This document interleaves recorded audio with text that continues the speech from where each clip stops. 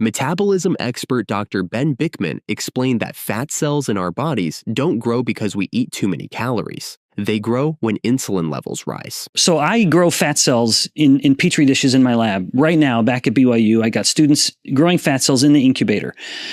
They are swimming in a culture medium filled with calories. Everything the fat cell needs is all the calories that fat cell could ever want are around it right now.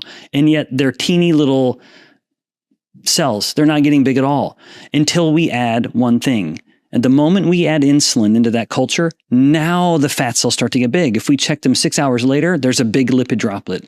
6 hours still later, it's even bigger. Clinical evidence also shows how insulin affects fat cells and drives weight gain. In other words, it proves that the root cause of obesity is hormonal, not just behavioral. So if you're trying to lose weight, counting calories, or pushing through intense workouts might not be your best bet. What really matters is using metabolic strategies that help lower your insulin levels. That's where real progress begins. In fact, humans provide the most convincing evidence of all that you cannot get fat unless insulin is elevated, because one of the more common eating disorders among young people with type 1 diabetes is a condition called diabulimia, which is this terrible, tragic scenario where the person feels such pressure to be lean, and they have learned that that little syringe of insulin is the absolute gatekeeper of the fat cell. So they will deliberately underdose their insulin in order to stay as thin as they want. They can eat as much as they want. And as long as they underdose their insulin, and it's not even at zero, they're just doing a deliberately lower dose, they will be as skinny as they want. Now, there's metabolic hell to pay, right? They're hyperglycemic, they're getting into ketoacidosis, so they're dying, but they'll be as thin as they want. So as much as people want to say, no, it's just calories, we have a human case study that absolutely proves that wrong. Many experts consider fasting one of the most effective metabolic tools. But Dr. Ben Bickman points out that fasting is highly individual and not always practical. It also takes preparation and a fair amount of discipline. As an alternative, he suggests something much simpler, called the insulin trick. The idea is to outsmart your body through specific eating habits that help control insulin levels. For instance, most people don't realize that right after waking up, your insulin is already high, a phenomenon known as the dawn effect. As we begin to approach waking up in the morning, cortisol levels climb. And that serves a very good function. It's supposed to happen. It's natural in everyone who sleeps. Everyone. So a few hours before we would wake up, about 4 a.m. or so, cortisol levels start to climb, and it climbs quite a bit. And that's thought to be a result of the fact that as the body is starting to wake up and the brain and the nervous system is coming online, back online, and metabolic demands of the body starts to rise, if cortisol goes up, it's going to be promoting the liver to start breaking down all of its stored glycogen and releasing that as glucose into the bloodstream. So commonly we'll get an elevation in glucose as we wake up as well. And so that's why in the morning, some people may find that they are a little more insulin resistant, what is a very common feature, and why I am inclined to say that morning is a time of insulin resistance. This is a surprising point. Even people who follow intermittent fasting by skipping dinner often see little to no effect. That's because the time right after waking up is actually the most dangerous for fat gain. Any food you eat in the first 2 hours is more likely to be stored as fat rather than used for energy. Why? Because your body is going through a hormonal surge, especially cortisol and insulin. To avoid this, you need to wait it out. Don't head straight to the kitchen the moment you get out of bed. Your body gives you a natural burst of fast-burning energy first thing in the morning. Use it. Spend 20 to 30 minutes planning your day, going for a short walk, or diving into some light work. Your brain and body are at their peak. Take advantage of that window. Then, when it's time to eat, slow it down. Don't go for a sugary, carb-heavy breakfast. Make it a mindful ritual. Let the smells, the sounds, the process of making your meal ease your body into digestion. This approach helps reset your metabolism and sets the tone for a healthier day. I would say the simplest strategy would just be change breakfast tomorrow.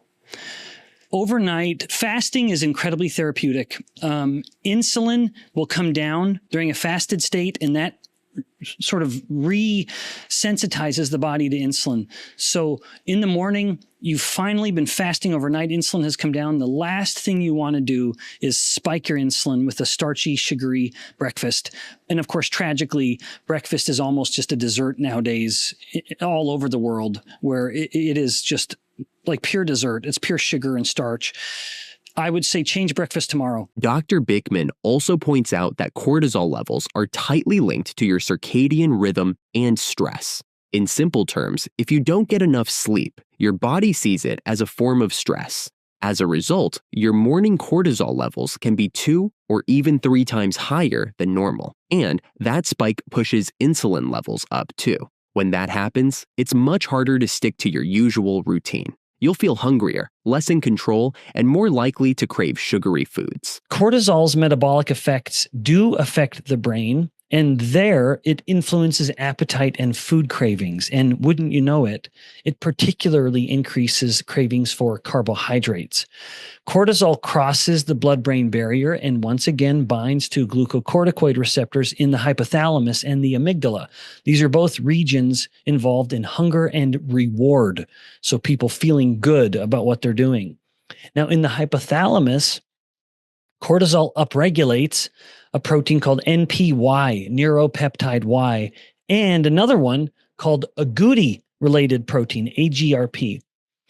And these are increased in response to the glucocorticoid response elements.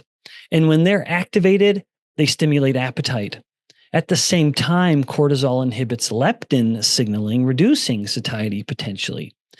But separate from that regulation of appetite, in the amygdala, cortisol enhances dopamine release, so increasing cravings for very palatable, energy-dense foods. It's also important to cut out anything from your breakfast that could spike your insulin levels, and that includes more than just carbs. Even coffee can be a problem. Dr. Ben Bickman explains that caffeine can raise insulin, especially when it's combined with carbohydrates. In the morning, your cortisol is already high, which pushes more glucose into your bloodstream. So if you drink coffee first thing, it can cause a sharp insulin response, even if you haven't eaten anything yet. Now, I want to highlight this particular study here. It was published about 20 years ago. What they did was document the degree to which caffeine increases the insulin secretion when someone eats glucose or when you eat carbohydrates. When we eat carbohydrates, our blood sugar levels will climb, and insulin will need to go up in order to reduce that blood sugar or bring it back down. When you couple that carbohydrate load with a high amount of caffeine, you have to have much more insulin. Insulin has to work much harder in order to clear the glucose. That's why it's best to hold off on coffee in the morning. It helps keep your hormones in balance and prevents you from doing early damage to your metabolism. At its core, Dr. Ben Bickman's insulin trick is about knowing exactly how your hormones are behaving, and the best time to take advantage of that is in the morning. It's the one part of the day when you can predict how your insulin is acting.